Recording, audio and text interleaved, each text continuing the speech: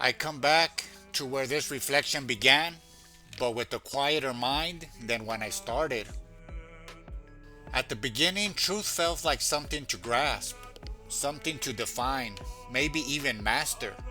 But after walking through all these ideas, identity, institutions, responsibility, humility, it doesn't look that way anymore.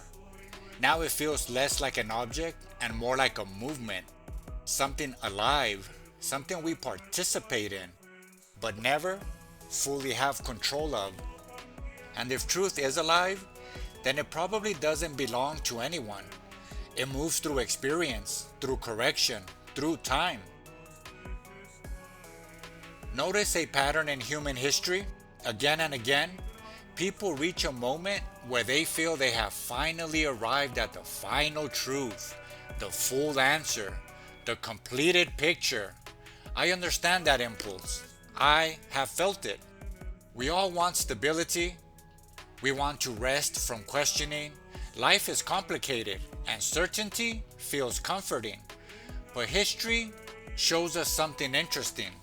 The moment truth is declared finished, something in it begins to harden. Many movements actually begin with a genuine insight, a moment of clarity, a spiritual experience, a philosophical breakthrough. People gather around that insight because it brings coherence and meaning. At first, it feels alive, but over time, as communities try to preserve that insight, they often start protecting it and defending it. What began as discovery slowly became dogma, doctrine, and doctrine tends to seek permanence, and we already know what dogma becomes. You can see this tension even inside the great wisdom traditions. In the Hebrew scriptures, truth is often described less like a statement and more like a path. The psalmist says, "Teach me your way, that I may walk in your truth."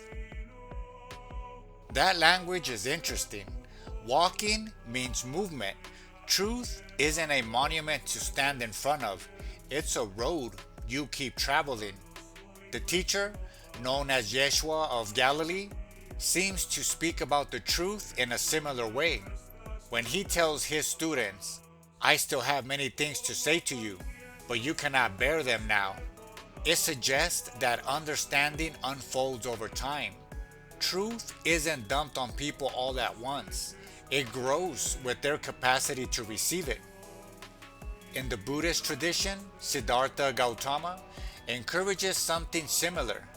In the famous Kalama teaching, people are told not to accept something just because it's tradition or widely repeated.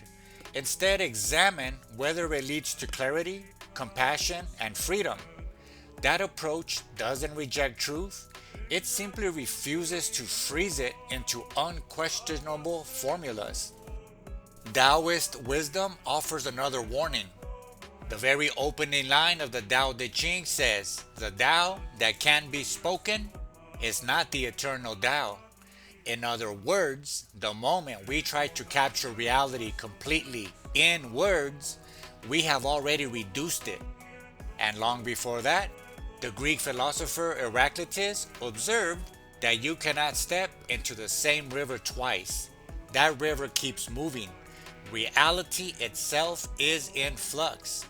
If reality is always unfolding, then our understanding probably has to unfold with it. Yet, humans still tend to declare final answers. And when that happens, certain patterns show up.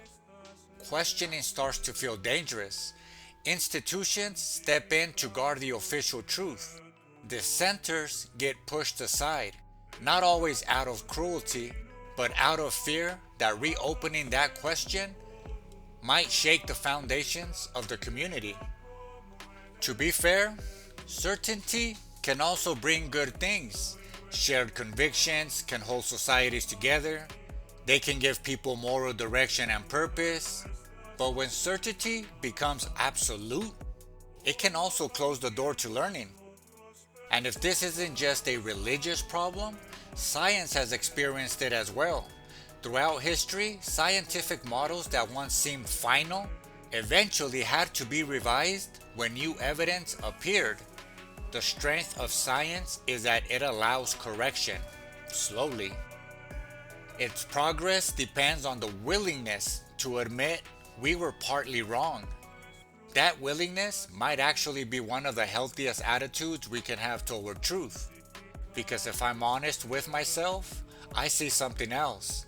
The desire for final certainty is deeply human. I feel it too. I would love to believe that one day I'll finally arrive at the complete picture. But the more I look at history and at my own life, the less convincing that idea becomes.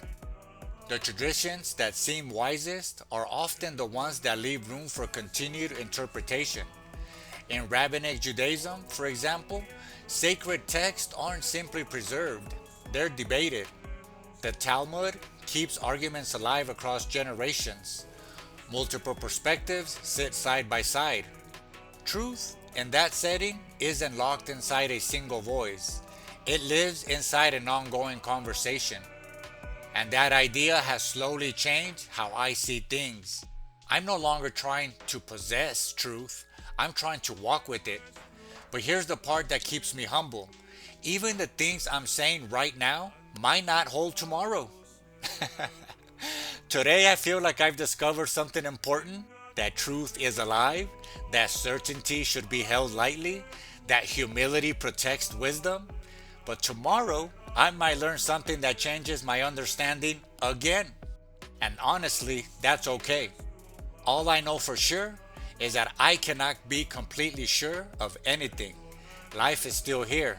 Experience keeps unfolding, and we have to move through it the best we can, using whatever understanding we currently have. Maybe that's the real task, not to conquer truth, but to stay attentive to it, to appreciate the journey, to remain willing to learn, to notice when our certainty starts to close our ears, because truth seems to breathe best in humility. When we allow ourselves to revise our views, mistakes become teachers instead of enemies. Being wrong becomes part of learning rather than something to hide. Revision stops looking like betrayal and starts looking like growth. In that sense, error is not the opposite of truth. It can be part of the path toward it. What matters is honesty and responsibility. Every ideal we hold eventually shows up in how we treat other people. If our version of truth leads us to arrogance, cruelty, or domination, then something in our understanding has gone wrong. But if it leads us toward humility, compassion, and curiosity, then maybe we're moving in the right direction. Many traditions come back to the same point. The Hebrew prophet Micah summarized it simply: do justice, love kindness, and walk humbly. Again, that word appears, walk. Truth seems to prefer movement.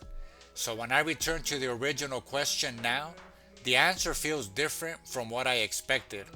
Truth is alive, not because it changes randomly, but because our understanding deepens as we move through time, experience, and reflection. We don't stand outside it, we live inside it. And that means the journey never really ends. There will always be more to see, more to learn, more to revise. For me, the most honest place to end this reflection is not with a final conclusion, but with a posture. A posture of attention, of humility, of curiosity. I'll keep walking, knowing that today's insight might become tomorrow's revision. Actually, it will. And that's all right, because life itself is still unfolding. And as things stand today, I believe that truth unfolds with it. And if we're lucky enough, we'll get to see some of its flowers.